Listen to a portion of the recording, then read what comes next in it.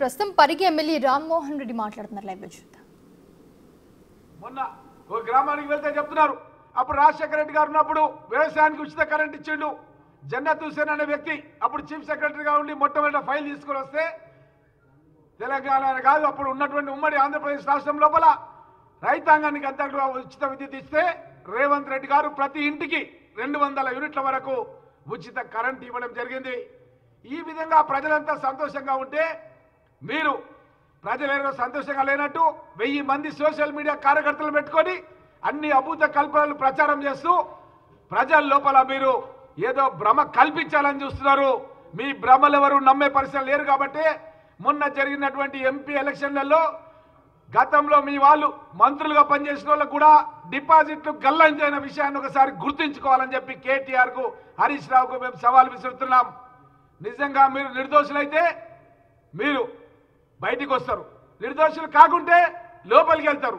దానికి మీరు ఇన్ని రోజుల పాటు ఈ విధంగా ప్రజాపాలన చేయకుండా నియంత పాలన చేసి మా ముఖ్యమంత్రి విమర్శిస్తే మీ యొక్క ప్రజాప్రతినిధులను మా కాంగ్రెస్ పార్టీ నాయకులు కార్యకర్తలు తిరగనియరు. తస్మాత్ జాగ్రత్త అని కేటీఆర్ హరీష్ రావును హెచ్చరిస్తున్నాం.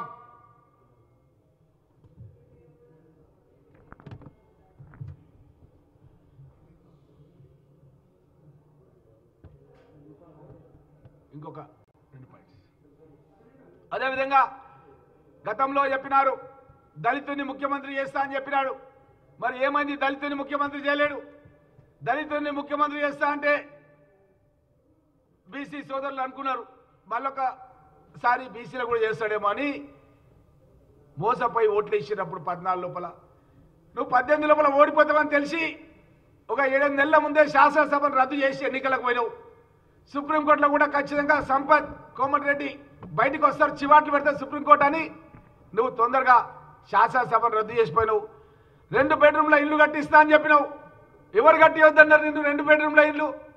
మా పరిగిలో కానీ వికారాబాద్ జిల్లాలో కానీ ఒక్కటంటే ఒక 2 బెడ్రూమ్ల ఇల్లు కట్టియలేరు. మరి ఎందుకు కట్టియలేదు? నిన్ను ఎవరైనా వద్దన్నారా? ప్రతి నియోజకవర్గానికి 1,00,000 ఎకరాలు సాగునీరు ఇస్తా అన్నావు. మా వికారాబాద్ జిల్లాలో కానీ రంగారెడ్డి జిల్లాలో కానీ 1 ఎకరా అంటే 1 ఎకరాకి సాగునీళ్ళు ఇయ్యలే. ఎవరైనా వద్దన్నారా? ఎన్ని అబద్ధపు మాటలు మాట్లాడినంటే హరీష్ రావు కాంగ్రెస్ పార్టీ నాయకులు మొబిలైజేషన్ అడ్వాన్స్ల పేరిట అడ్వాన్సులు మెక్కేసారని చెప్పిండు. నేను శాసనసభలో ఛాలెంజ్ చేసిన కాంగ్రెస్ పార్టీ నాయకుల వరకు కూడా కాంట్రాక్టర్ లేరు, ఇది ఆర్టీఐ కంటే ఇన్సూరెన్స్ కాగితము, నీకు పంపిస్తున్నానికి దమ్ముంటే నువ్వు ప్రూవ్ చేయి, నేను పరిగి ఎమ్మెల్యేకి రాజీనామా చేస్తాను, లేకపోతే నువ్వు సిద్దిపేట రాజీనామా చేయాలని చెప్పి హరీష్ రావు డిమాండ్ చేసిన శాసనసభలో.